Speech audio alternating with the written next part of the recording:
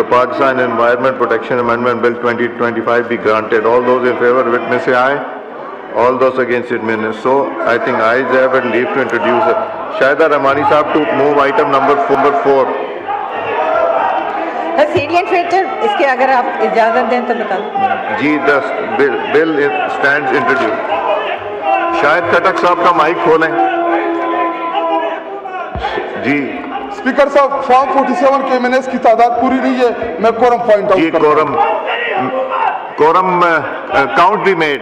आजम साहब, जो मैंने आज बात की थी ना, जिन्होंने 2014 में भी ये बात की थी, जिन्होंने कहा था जाली असेंबलियां, ये नहीं हो सकता कि जब उनकी गवर्नमेंट हो तो असेंबलियां जाली नहीं है, जब किसी और की गवर्नमेंट हो तो असेंबलियां जाली, इस तरह नहीं हो सकता। तो इसलिए I have taken a exception. फिर वापस भी आ जाते हैं, फिर आगे तनख्वाहें भी ले लेते हैं जी। काउंट भी मेड। स्पीकर अयाज सादिक की ज़ेर सदारत कौमी असम्बली का इजलास इस वक्त जारी है। अरकान की जानिब से सख्त एहतजाज किया जा रहा है जो ताल्लुक़ रखते हैं मुख्तलिफ इख्तलाफी पार्टी से। ऐवान में PTI अरकान ने शदीद नारेबाजी की और बात करने से मना कर दिया।